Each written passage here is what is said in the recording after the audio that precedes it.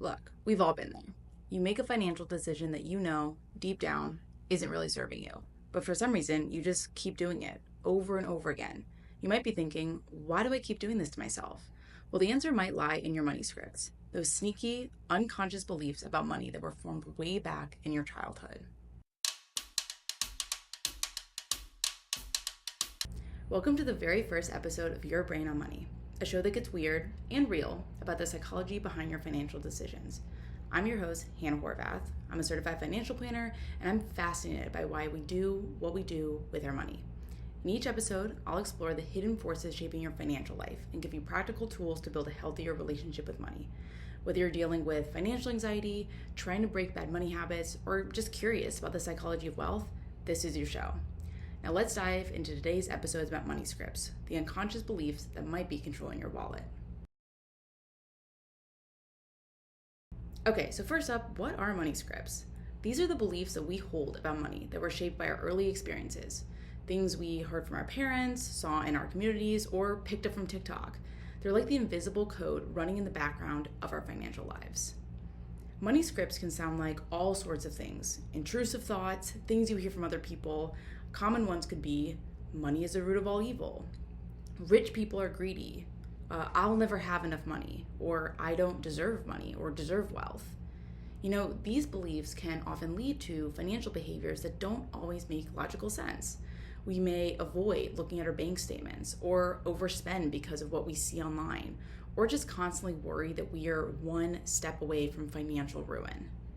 The concept of money scripts come from the work of many financial psychologists, including Ted and Brad Klontz. They've found that money beliefs generally fall into 4 categories: money avoidance, money worship, money status, and money vigilance. I'll dive into each of these in a little bit. But first, how do you even begin to identify with your own money scripts? It starts with self-reflection. Think back to your earliest memories around money. What messages did you receive, directly or indirectly, about money? How did the adults in your life talk about money?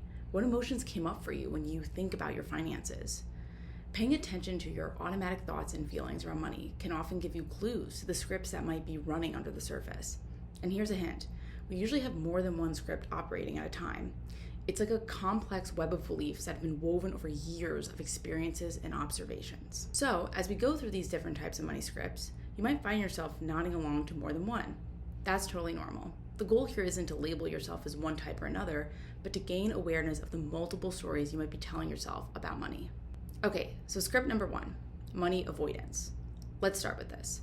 If this is your dominant script, you might find yourself actively avoiding dealing with money. You put off looking at your bank statements, dread making financial decisions, and generally prefer not to think about your finances at all. Money avoiders often grew up in households where money was a source of stress and conflict. Maybe there was never enough, and this scarcity mindset got ingrained early on. Or perhaps money was used as a tool for control or manipulation. As a result, money avoiders often develop an unconscious belief that money is bad or corrupting. They might feel guilty about having money or believe that they don't deserve financial success. If this sounds like you, your first step is to start small. Set aside just 5 minutes each week to check in with your finances. Look over your bank balance, review any bills that are due, and just notice any emotions that come up. The goal is to gradually increase your comfort level with engaging with your money. Another strategy is to reframe your relationship with money.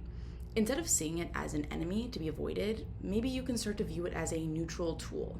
Money itself isn't good or bad, it's how we use it that matters. And by engaging with your finances, you're actually taking a positive step towards using money in alignment with your values. Number 2, money worship. This is the flip side of money avoidance. Money worshipers believe that more money is always the answer. They chase wealth as the ultimate goal, often at the expense of other areas of life. This script often develops when someone experiences a significant lack or scarcity in childhood. Money becomes associated with security, power, and even love. Money worshipers might also be seeking to fill an emotional void, hoping that the next purchase will finally make them feel good enough. The problem is, it's a never-ending cycle. No amount of money will ever truly satisfy if the underlying emotional needs aren't addressed. To start rewriting the script, practice gratitude for what you already have.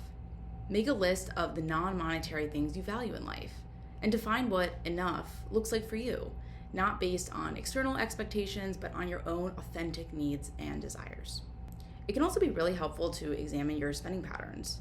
Are you using money to fill an emotional need?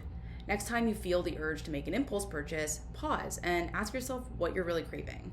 Is it excitement, comfort, a sense of status? See if you can find a non-monetary way to meet that need, even if it's taking a walk outside or calling a friend. Number 3 is money status. Money status is all about equating net worth with self-worth. It's pretty similar to money worship, but with a few key distinctions. If this is your primary script, your sense of status and esteem is likely tied to how much money you have or appear to have. Money status often has roots in early experiences where wealth was linked to social acceptance and success.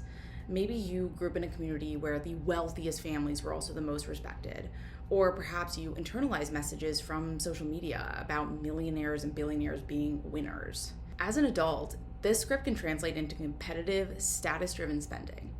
Always needing to have the latest and greatest to feel good about yourself. Keeping up with the Joneses, they're not just your neighbors, they're a benchmark for your net worth and self-worth. To rewrite the script, start by untangling your sense of self from your financial situation. Make a list of your personal values and strengths that have nothing to do with money. Cultivate sources of self-esteem that are intrinsic, not extrinsic, and practice making financial decisions based on your authentic needs, not on what will impress others. One exercise I really love is the obituary test. Imagine you're writing your own obituary. What do you want to be remembered for? What impact do you want to have had on the world and the people around you? Chances are your bank balance won't even make the list. Keep that in perspective next time you feel pressure to spend or keep up with other people. Number 4 is money vigilance. Money vigilance is characterized by hyperfrugality and anxiety around spending. Money vigilance are always on alert, worried they could lose everything at any moment. This script often emerges from witnessing financial instability or hardship in childhood. Maybe there were periods of unemployment or times when it wasn't clear how the bills were going to get paid. As a result, money vigilance learn to hoard their resources and are extremely cautious about every expenditure. While financial responsibility is certainly a positive trait, taken to an extreme, it can lead to a scarcity mindset and an inability to enjoy the fruits of one's labor. To start rewriting this script, try creating some permission to spend rules for yourself. This might look like allocating a certain amount each month for guilt-free spending, or setting a criteria of when it's okay to splurge on something you really want. The key is to really find a middle ground between reckless spending and extreme deprivation. Another strategy is to practice abundance thinking. This doesn't mean ignoring your financial reality, but rather shifting your focus from what you lack to what you already have. Keep a gratitude journal where you can jot a few things down you appreciate each day, including non-material blessings like health, relationships, your skills. Over time, this can really help counterbalance the scarcity mindset that can come with money vigilance. Number 5, money shame. Finally, let's talk about money shame. This script is characterized by intense secrecy and embarrassment around your financial struggles. Money shame sufferers often feel deeply alone, convinced that they are the only ones who are quote-unquote bad with money. Money shame can often have roots in past financial mistakes or failures. Maybe you've dealt with debt, bankruptcy, or just a series of poor financial decisions. Or perhaps you grew up in a family where there was a lot of shame and secrecy around money. The result is often a really deep-seated belief that you are fundamentally flawed when it comes to your finances. You might avoid money conversations at all costs, or even lie about your financial situation to save face. To start rewriting the script, the first is self-compassion. Recognize that everyone makes financial mistakes, and these mistakes do not define your worth as a person. Practice talking about money with a safe, trusted person, like a therapist, a friend, or even a financial coach. The more you can bring your money shame into the light, the less power it will have over you.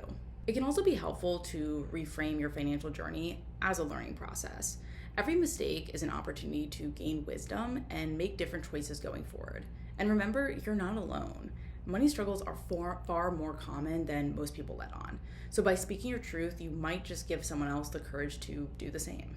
And this leads me to a final point about money scripts. While they're deeply personal, they don't develop in a vacuum.